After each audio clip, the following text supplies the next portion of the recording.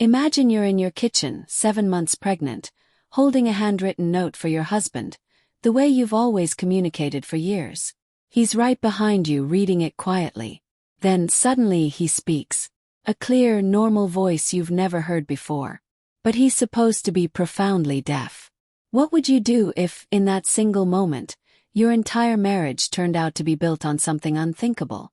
Hold on, because this woman's journey from heartbreak to healing will surprise you. My name is Elena, and looking back at 70 years old now, I realize some betrayals cut so deep they changed the course of your life forever. This all began in 1993, when I was 34, still single, and carrying the quiet ache of unmet expectations.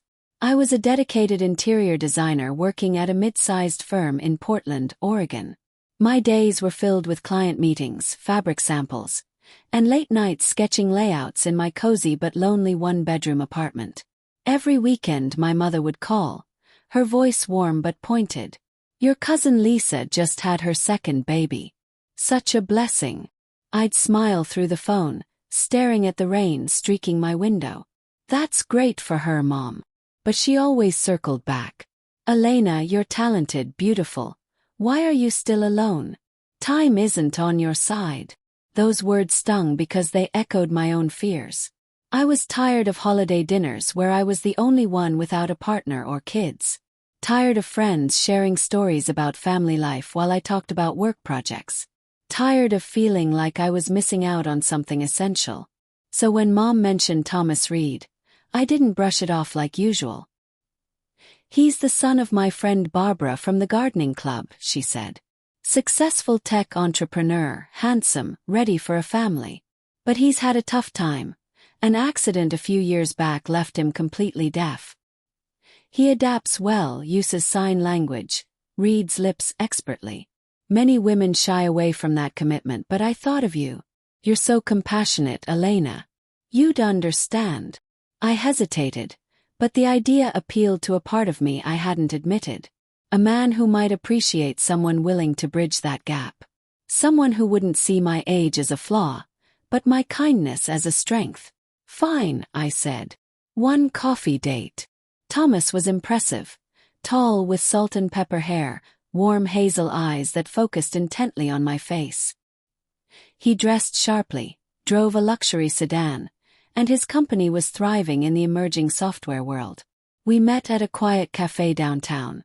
I'd spent weeks studying basic sign language from library books, practicing gestures in my mirror. Thomas brought a notepad, and we alternated between writing and simple signs. He wrote, "Your mom raves about you, the creative designer who's independent and strong." Blushed. "She exaggerates to sell me." His note back made my heart flutter. "She didn't do you justice." We began seeing each other regularly. Dinners at cozy restaurants, strolls in parks, movie nights where subtitles let him follow along. He held my hand during emotional scenes, squeezing gently. I enrolled in proper sign language classes, staying late after work to practice. Thomas guided me patiently, his touch light as he adjusted my fingers for words like hope, together, or forever. His mother, Barbara, embraced me warmly. She hosted us for weekend lunches at her spacious home in the suburbs, watching our signed conversations with emotional eyes. "I feared he'd never find someone genuine," she confided one afternoon while Thomas stepped out. After the accident, he closed off. His ex, Sarah, left because she couldn't cope with the changes. So heartless. I felt indignation for him. How could anyone abandon a partner over something like that? It made me more determined to be the supportive one he deserved. 9 months in, Thomas proposed on a misty beach trail. He arranged stones spelling "Marry me, Elena" in the sand. I signed yes repeatedly, tears flowing. The ring was stunning, a sapphire that sparkled like the ocean. I felt chosen, valued for my empathy. Our wedding was intimate, in a garden venue with an interpreter. I signed my vows, promising to stand by him always. That night, his communication remained tender and silent, and I felt deeply connected. We bought a house in a quiet neighborhood outside Portland, a place with room for growth. Thomas's business boomed. Talks of expansion filled his notes. Barbara encouraged me to reduce hours at work. Family comes first, she said. Thomas nodded enthusiastically. I discovered I was pregnant 5 months after the wedding. Showing him the test, signing excitedly. He beamed, pulling me close, signing, "You'll be the best mother." The pregnancy brought challenges. Constant fatigue, nausea. 6 months I left my job. The physical demands were too much, and Thomas's income covered us comfortably. Barbara approved. Focus on home and baby now.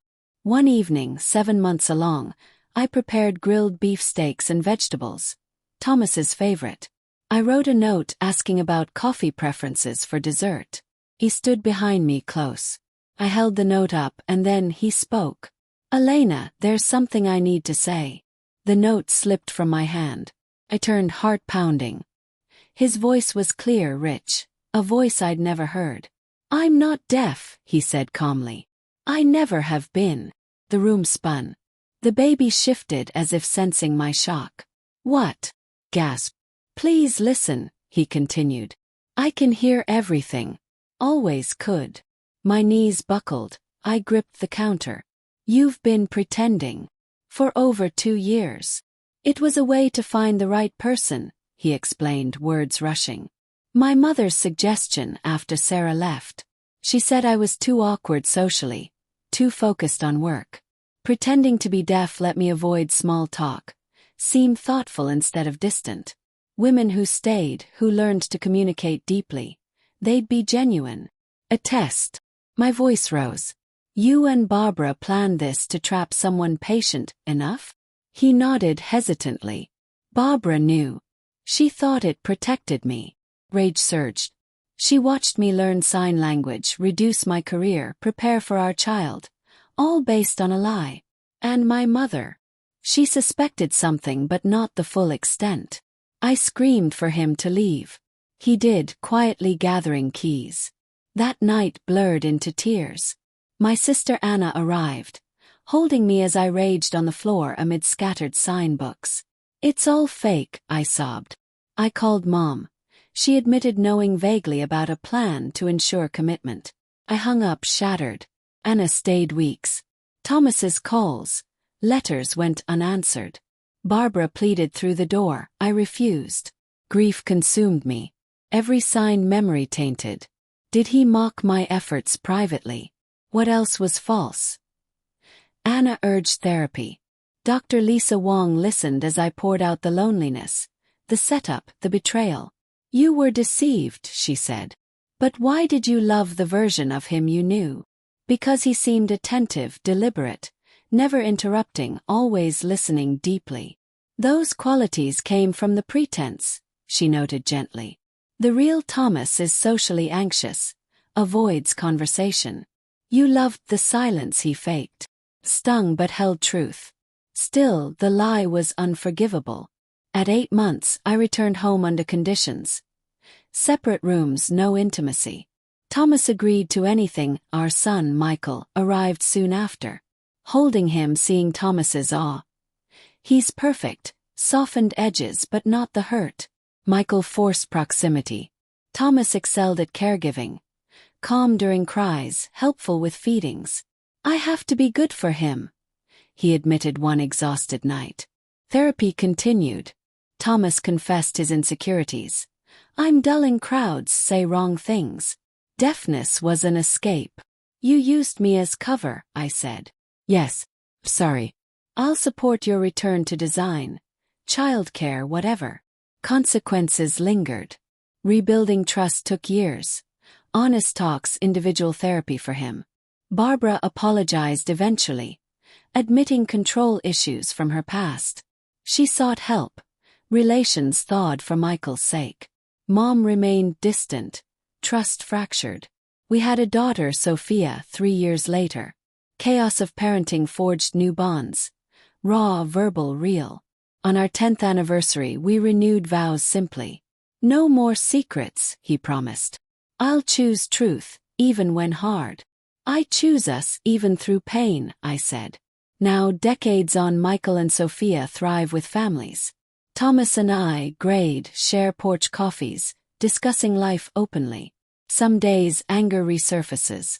But mostly gratitude for growth, for meeting the real him, for choosing authenticity.